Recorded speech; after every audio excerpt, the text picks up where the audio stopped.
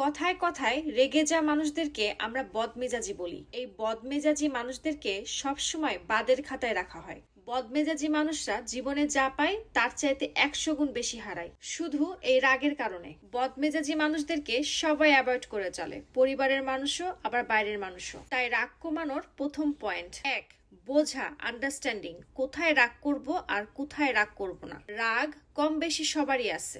যে কথায় পরিবারের মানুষের সাথে রাগ দেখান সেই একই কথা যদি বাহিরের মানুষ বা কোনো পুলিশ আপনাকে বলে, তখন কিন্তু আপনি ঠিকই মাথা নিচু করে শুনবেন। এখানে আপনার বদমেজাজি দেখালে ডান্ডার বাড়ি পড়বে। মানে আপনি জানেন কোথায় রাগ করব আর কোথায় রাগ করব না, এটা আপনার চয়েস। আমরা সবসময় রাগ করি কমফোর্ট জোনে। বাবা মা, ভাই বোন, স্বামী স্ত্রী এদের সাথে খুব সহজে রাগ দেখাতে পারি, কারণ আমরা জানি এই মানুষগুলোর সাথে রাগ দেখালে কখনো ছেড়ে যাবে না। কিন্তু প্রতিদিন এই খিটখিট এবং রাগ দেখাতে দেখাতে আপনি আপনার প্রিয় মানুষদের কাছে অপছন্দের মানুষ হয়ে যাচ্ছেন। এই জন্য আজকে থেকে বুঝবেন রাগ কখন করব আর কখন করব না।